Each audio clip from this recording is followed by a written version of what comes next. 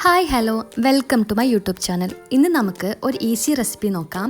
ഹോട്ടലിലും റെസ്റ്റോറൻറ്റിലൊക്കെ കിട്ടുന്ന പോലെയുള്ള ചിക്കൻ പക്കോട നമുക്ക് വീട്ടിലുണ്ടാക്കാം.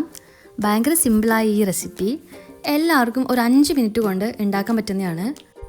പക്കോടയ്ക്ക് വേണ്ടി ഞാൻ ഇവിടെ ഉള്ളി എടുത്തിട്ടുണ്ട്, പിന്നെ കുറച്ച് കറിവേപ്പില, കുറച്ച് മല്ലിയില, പിന്നെ ഒരു പച്ചമുളക് എടുത്തിട്ടുണ്ട്, പിന്നെ കുറച്ച് വെളുത്തുള്ളി, കുറച്ച് ഇഞ്ചിയാണ് എടുത്തിട്ടുള്ളത്. പിന്നെ ഇതിൻ്റെ മെയിൻ ഇൻഗ്രീഡിയൻ്റ് ആയിട്ടുള്ള ചിക്കനാണ്. ഞാൻ ഓൾറെഡി ചിക്കൻ ഉപ്പും മഞ്ഞളും മുളക് പൊടി ഇട്ട് മാരിനേറ്റ് വെച്ചാണ്. നിങ്ങൾക്ക് നോർമൽ ചിക്കൻ ആണെങ്കിലും കുഴപ്പമൊന്നുമില്ല, പിന്നീട് ഇതിൽ മുളക് പൊടിയൊക്കെ ഇട്ടാൽ മതി. ഇത് ഞാൻ മിക്സിയിലിട്ട് ജസ്റ്റ് ഒന്ന് ക്രഷ് ചെയ്തെടുത്തിട്ടുണ്ട്. ക്രഷ് ചെയ്യാന്ന് പറയുമ്പോൾ നല്ല രീതിയിൽ തന്നെ ഒന്ന് അരച്ചെടുക്കാൻ വേണ്ടി ശ്രദ്ധിക്കുക, കാരണം ഏകദേശം ഈ രീതിയിൽ വേണം അത് കിട്ടാൻ വേണ്ടി. ഇനി ഞാൻ അതേ മിക്സി ജാറിൽ തന്നെ മുളകും വെളുത്തുള്ളി ഇഞ്ചിയും അതിൻ്റെ കൂടെ കുറച്ച് പെരുംജീരകവും കൂടാണ്ട് ഞാൻ അതിൽ കുറച്ച് അയമോദകം ഇടുന്നുണ്ട്. അയമോദകം ഓപ്ഷണലാണ്. അയമോദകം ഇട്ട് കഴിഞ്ഞാൽ ഇതിന് വേറെ തന്നെ ഒരു ഫ്ലേവറാണ്, നല്ല ടേസ്റ്റ് ആയിരിക്കും. അതുകൊണ്ട് അയമോദകം ഉണ്ടെങ്കിൽ അത് ഇടാൻ വേണ്ടി ശ്രദ്ധിക്കുക, അല്ലെങ്കിൽ അത് സ്കിപ്പ് ചെയ്യാം. ഇനി നമുക്ക് അതെല്ലാം കൂടി ക്രഷ് ചെയ്തെടുത്ത് മാറ്റി വെക്കാം. ഇനി ഞാൻ ഒരു പാത്രത്തിലോട്ട് നേരത്തെ കട്ട് ചെയ്ത് വെച്ച ഉള്ളിയും കറിവേപ്പിലയും മല്ലിയിലയും കൂടാതെ അതിൻ്റെ കൂടെ ഞാൻ നേരത്തെ ക്രഷ് ചെയ്ത് വെച്ച ജിഞ്ചർ ഗാർലിക് പേസ്റ്റും പിന്നെ അയമോദകവും ഫെനലൊക്കെ ആക്കിയ പേസ്റ്റില്ലേ അത് അതിലിട്ട് ചിക്കൻ ഇടുന്നുണ്ട്. ഇനി ഞാൻ അതിലോട്ട് 2 സ്പൂണ് മൈദ ഇടുന്നുണ്ട്. നിങ്ങൾക്ക് മൈദ കൂട്ടാവുന്നതും കുറക്കാവുന്നതാണ്. ഞാനിവിടെ എടുത്ത ഇൻഗ്രീഡിയൻസിന് 2 സ്പൂൺ മതി. പിന്നെ അതുപോലെ തന്നെ 2 സ്പൂൺ കോൺഫ്ലവർ ഇടുന്നുണ്ട്. ഇനി നമുക്ക് 2 സ്പൂണ് കടലപ്പൊടി ഇടാം, പിന്നെ 1/2 സ്പൂണ് ഉപ്പ് കൂടി ഇടാം. എന്നിട്ട് നല്ല രീതിയിൽ കുഴച്ചെടുക്കാം. പക്കോടയ്ക്ക് ചിക്കൻ്റെ ഒനിയൻ്റെ ഫ്ലേവർ നല്ല രീതിയിൽ ബാലൻസ് ആവാൻ വേണ്ടിയിട്ടാണ് ഞാൻ പൊടികൾ കുറച്ച് ഉപയോഗിക്കുന്നത്. പൊടികൾ കൂട്ടും തോറും ചിക്കൻ്റെയും ഒനിയൻ്റെ ഒക്കെ ഫ്ലേവർ കുറഞ്ഞു വരും. അപ്പോൾ നിങ്ങൾ പൊടി ഇടുന്ന സമയത്ത് അതൊന്ന് ശ്രദ്ധിക്കുക. കുറച്ചിട്ട് കഴിഞ്ഞാൽ നല്ല ബാലൻസ് ആയിട്ടുള്ള നല്ല ടേസ്റ്റ് ഇട്ട് പൊടികൾ കൂടിക്കഴിഞ്ഞാൽ അതിൻ്റെ ഒരു ടേസ്റ്റ് ആയിരിക്കും. ഈ ചിക്കൻ്റെ ഒക്കെ ഫ്ലേവർ കുറച്ച് കുറഞ്ഞു നിൽക്കും. ഇത് നമുക്ക് അതിലോട്ട് ഇടാൻ വേണ്ടിയിട്ടുള്ളൊരു കൺസിസ്റ്റൻസിയിൽ സെറ്റ് ആവുന്ന രീതിയിൽ വേണം പൊടി ഇടാൻ വേണ്ടിയിട്ട്. ഇതിപ്പോൾ എൻ്റെ ഏകദേശം കറക്റ്റ് കൺസിസ്റ്റൻസിയാണ്. ഇനി ഞാൻ ഇതിലോട്ട് കുറച്ച് ഗരം മസാല ഇടുന്നുണ്ട്. ഗരം മസാല ഇട്ട് ഞാൻ നല്ല രീതിയിൽ മിക്സ് ചെയ്യാണ്. കുറച്ചുകൂടെ വെള്ളം നമുക്ക് വേണമെങ്കിൽ ഒഴിക്കാം, അത് നോക്കിയിട്ട് ഒഴിച്ചാൽ മതി.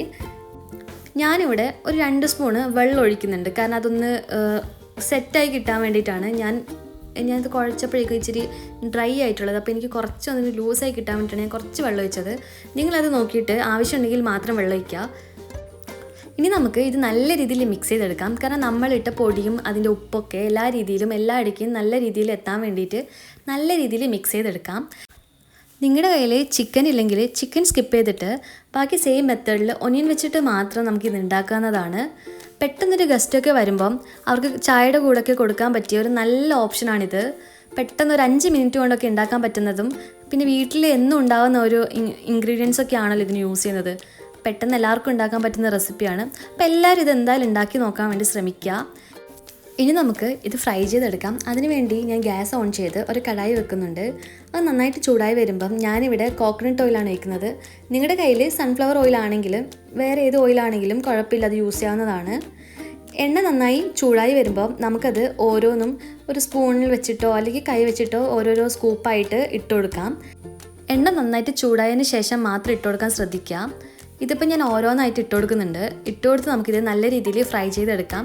ഒരു ഗോൾഡൻ കളർ ആകുന്നത് വരെ ഇത് എണ്ണയിലിട്ട് നന്നായിട്ട് കുക്ക് ചെയ്ത് നല്ലോണം ഫ്രൈ ചെയ്തെടുക്കാം. അപ്പോൾ ഇത് കഴിക്കുമ്പോൾ നല്ലൊരു ക്രിസ്പിനെസ് കിട്ടും.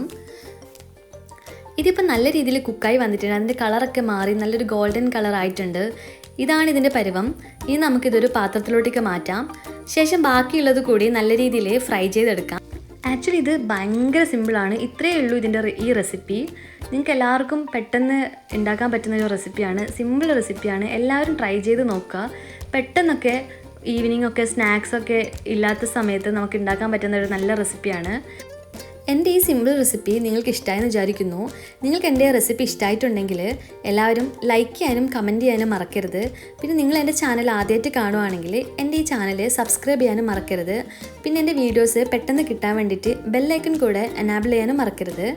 അപ്പോൾ ഇതേപോലെയുള്ള സിമ്പിൾ റെസിപ്പി ആയിട്ട് ഞാൻ വീണ്ടും വരാം. അതുവരെ stay happy, stay healthy, by.